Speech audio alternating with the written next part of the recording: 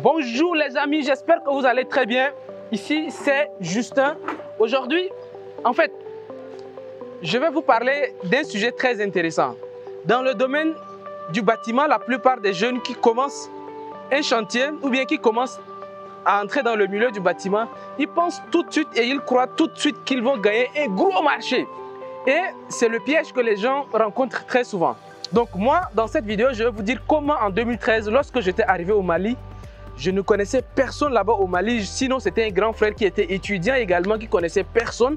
Donc, je suis arrivé comme ça dans un milieu que je connaissais personne. Mais après 2 mois, j'ai gagné mon premier chantier. À titre personnel, pas en tant que stagiaire ou ouvrier comme ça. Mais je vais vous dire comment cela est possible. Et quand je suis revenu au Sénégal, j'ai appliqué la même méthode et j'ai commencé à obtenir mes premiers clients. Et dans cette vidéo, je vais vous dire concrètement comment faire pour avoir son premier client. Alors, c'était juste une mise en scène, mais la suite, je vais vous dire cela au bureau. Donc, on se dit à très bientôt et on se retrouve sur mon bureau pour que je vous explique maintenant comment faire pour avoir son premier chantier. Alors, je viens d'arriver au bureau, je suis là avec un autre entrepreneur. Alors, il va se présenter lui-même. Alors, présente-toi rapidement et dis-nous comment tu as fait pour avoir ton premier marché dans le domaine du BTP. Bonjour, moi je m'appelle Momar Ndiaye, je suis le premier élève Justin à Dakar, particulièrement au Sénégal. J'ai pu obtenir des marchés grâce à des relations avec des gens qui m'ont mis en rapport avec un gars qui était en Gambie. C'est à partir de là-bas que je me suis lancé dans le domaine du bâtiment. Alors toi, tu as eu ton premier marché par des relations. Alors c'est un ami, un frère ou bien un ami, un cousin, un parent? C'est un ami, un frère qui m'a mis en rapport avec un gars. Il m'a donné le projet, ensuite il m'a consulté. Je me suis lancé directement sans hésiter. Alors, comment ça s'est passé la rencontre quand il t'a présenté pour tu aller le voir? Comment ça s'est passé? Bon, ça a été très bien passé, mais au moment où je me suis allé dans un pays où je vais découvrir une autre astuce pour apprendre le marché autre là. Bon, c'est pour cela que je me suis lancé directement. Alors, il faut nous dire un peu la formation que tu as fait avec moi parce que tu es l'une des premières personnes, quand moi j'étais lancé sur YouTube, c'est l'une des premières personnes qui s'est formée avec moi. Alors, dis-moi comment la formation que tu as fait avec moi, tes impressions, très honnêtement à ceux qui nous regardent. Bon, avec la formation que j'ai fait avec Justin, j'ai beaucoup appris par rapport aux formations précédentes que j'ai payé pas mal assez d'argent là. Avec lui, j'ai beaucoup appris, je me suis bien développé, bien adéquat avec le milieu de l'architecture là. Ensuite, il m'a permis d'acquérir beaucoup de connaissances aussi.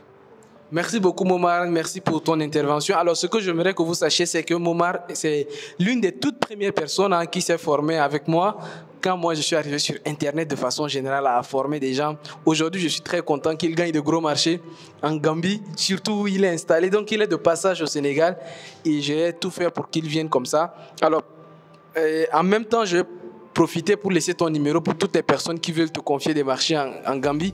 Donc, je vais mettre, au moment où on est en train de parler, je vais mettre son numéro et puis tes réalisations, des projets que tu as fait depuis les 2-3 années que tu as commencé. Lui, il s'est lancé en étant ingénieur en génie civil, mais après, il s'est encore formé. En fait, malgré les formations, tu t'es encore formé de façon pratique. Merci beaucoup. Et moi, je vais vous raconter maintenant. Merci beaucoup, Omar. Merci pour la visite. Alors, moi, je vais vous dire concrètement comment avoir son premier marché. On est en juin 2013, je venais de finir ma 2e année de génie civil et j'étais également en même temps, donc de façon concomitante, j'étais également en 2e année d'architecture.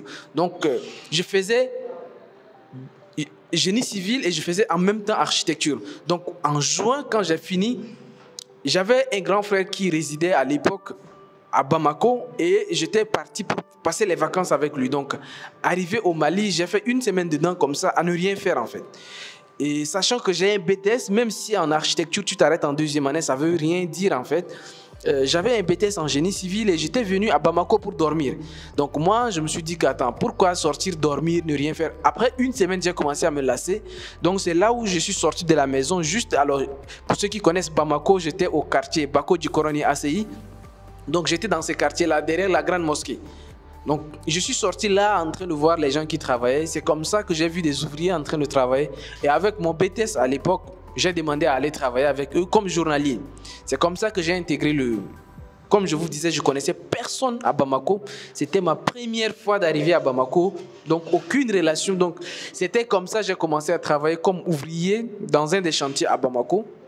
Après une semaine, en fait, l'ingénieur et les techniciens qui venaient sur le chantier, j'arrivais à lire le plan qu'ils faisaient, et ainsi de suite. Ils ont dit que, mais attends, toi, tu es un ouvrier ou bien tu es un technicien? Et c'est là où je les ai dit, non, je suis un technicien. Mais j'ai cherché partout dans le quartier ici, et même j'ai envoyé mes CV partout. Personne ne m'appelait. Pour ceux qui sont au Mali, ils savent trouver du travail comme ça avec un diplôme, ils savent de quoi je parle. Donc, j'étais obligé de faire ça, de dire qu'il n'y a pas de souci. On ne va pas te garder comme ouvrier, mais on va te mettre comme technicien. Donc, c'est moi qui surveillais les autres maçons, et ainsi de suite. Et de là, des contacts sont arrivés, Et je suis parti. J'ai eu, après juste 2 mois à Bamako, j'ai eu un premier chantier où c'est moi qui ai la totale responsabilité de la réalisation de ce chantier. Et je vais vous dire concrètement quelles sont les phases, en fait. Alors, ce que vous devez comprendre, lorsque vous êtes nouveau dans un domaine, lorsque vous venez de vous lancer, quel que soit le domaine, en fait, il y a 2 types de possibilités d'entrer dans un domaine. Soit c'est une recommandation, ou soit c'est par le mérite. Il n'y a que ces 2-là. Donc, on vous recommande. Et dans le monde, généralement, 80% des métiers, 80% des emplois ou bien des boulots qu'on a, c'est par recommandation.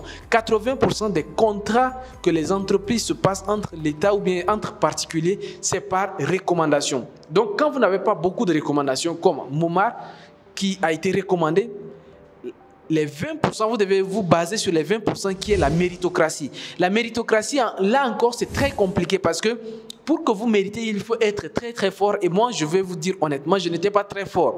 Quand je finissais ma 2e année, je n'étais pas fort. Donc, j'ai joué vraiment sur la détermination. Donc, la guérilla marketing. Je vous recommande, vous également, parce que nous, on forme beaucoup de personnes. Là, vous voyez, là, on est dans une salle de formation. On forme beaucoup de gens. Donc, c'est comme des conseils que je donne aux personnes qu'on forme ici. Si vous êtes formé et que vous avez des réseaux, des recommandations, tant mieux.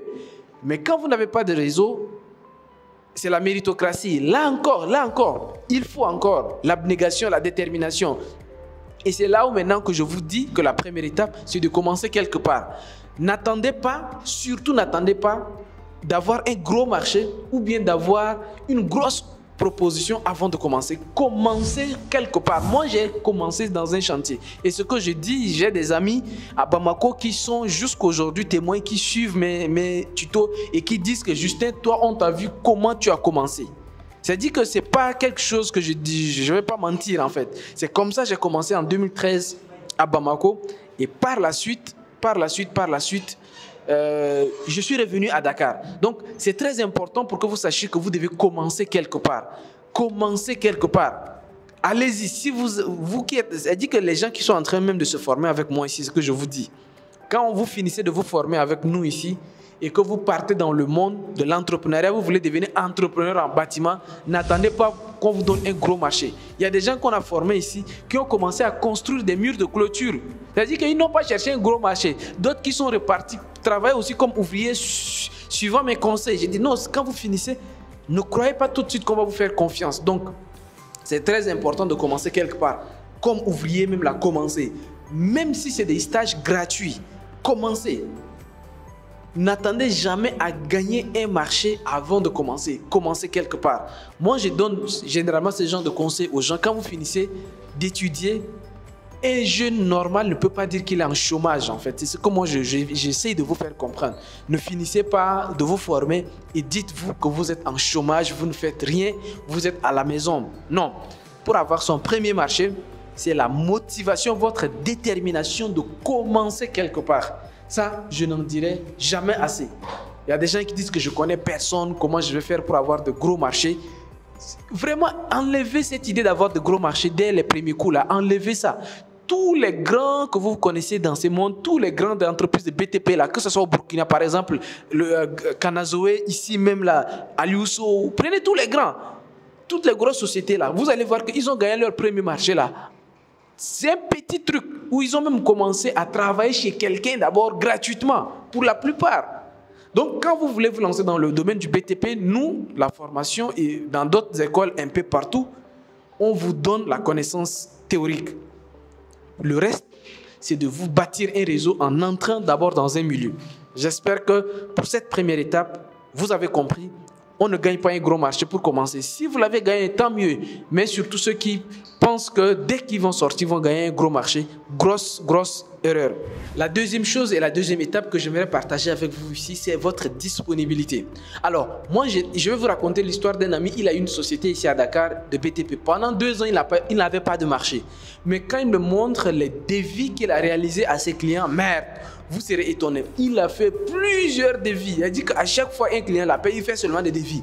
Tu l'appelles pour aller voir ton terrain, il se déplace. C'est-à-dire que le gars, il s'est montré tellement disponible malgré les déceptions de Dakar. Pour ceux qui connaissent un peu Dakar, en tout cas qui font du business, surtout dans le domaine du bâtiment au Sénégal, ici, c'est un pays, il y a une expression ici à Dakar, on dit des tonnes de promesses et de kilos de réalisation. C'est-à-dire que quand tu rencontres quelqu'un, dis non, fais-moi un devis, fais-moi une proposition et puis on va revoir. C'est-à-dire qu'à un moment donné, tu seras même épuisé à force de faire des propositions, de faire des devis, ainsi de suite.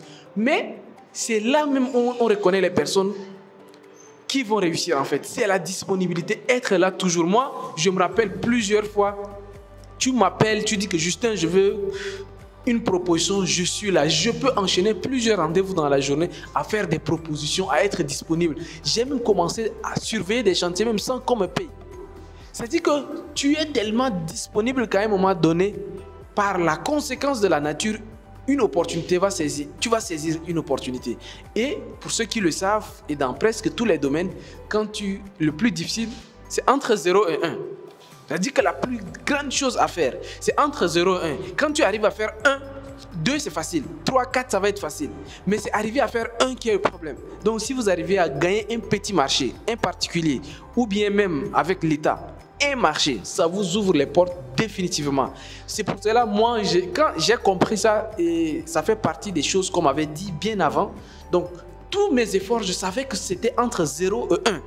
Être disponible, mais persévérant entre 0 et 1, juste avoir votre premier marché, votre premier chantier. Dès que vous décrochez ça, tout le reste là. Moi, je vous disais tout à l'heure que la plupart des chantiers qu'on nous confie aujourd'hui, ce ne sont pas des projets où moi je suis allé chercher les clients.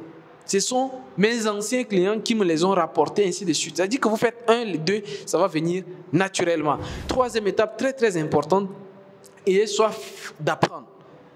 Ça, c'est ce que moi j'ai compris dans le domaine du bâtiment. Si vous voulez être dans le domaine du bâtiment, ayez soif toujours d'apprendre. Parce que quand vous allez gagner un premier marché, beaucoup vont penser qu'ils sont forts. Non, le domaine du bâtiment évolue rapidement. Il y a des architectes qui, à 5 ans en arrière, on n'a plus besoin d'eux. Il y a des techniciens à 5 ans en arrière, on n'a plus besoin d'eux.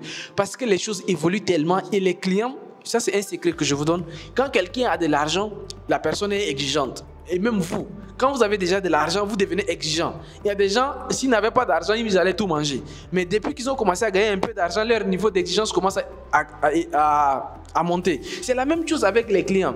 Quand un client a économisé jusqu'à 50 millions, 100 millions, il veut construire, il est quelqu'un d'exigeant. Donc vous devez être quelqu'un également à la pointe des exigences. Et ça veut dire que vous devez apprendre constamment. Nous, on visite beaucoup de chantiers. Moi, personnellement, je visite beaucoup de chantiers. Tout le temps, je suis sur des sites internet qui parlent d'architecture pour voir les nouvelles tendances, qu'est-ce que les gens aiment, et ainsi de suite. Et ça permet de se mettre à jour. Donc, ça, c'est important. Quand vous voulez gagner votre premier marché, soyez quelqu'un qui fait des propositions où les anciens qui étaient là, parce que la faiblesse des géants, c'est qu'à un moment donné, ils ne réfléchissent plus parce que ça leur vient naturellement.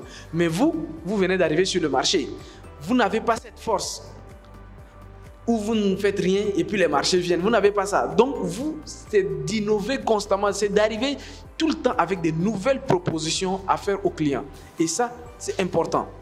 Voilà les amis, si vous voulez vous former avec nous, nous lançons régulièrement tous les 3 mois une session de formation des entrepreneurs en bâtiment surtout, où on les donne des outils théoriques, des outils pratiques, mais les outils surtout socio-professionnels. C'est-à-dire qu'une fois que vous connaissez, vous avez la connaissance, comment faire pour maintenant gagner de marché, tout ce qui est logiciel, visite de chantier, ainsi de suite, ainsi de suite. On donne tous les outils aux entrepreneurs. Ici, vraiment, pour ça, c'est des formations en présentiel. En ligne, c'est compliqué de faire ces programmes en ligne parce qu'il y a des visites de chantier qu'on fait, il y a des choses qu'on fait, des cas pratiques qu'on fait. Donc, en ligne ou bien sur Internet, en ligne, ça va être difficile.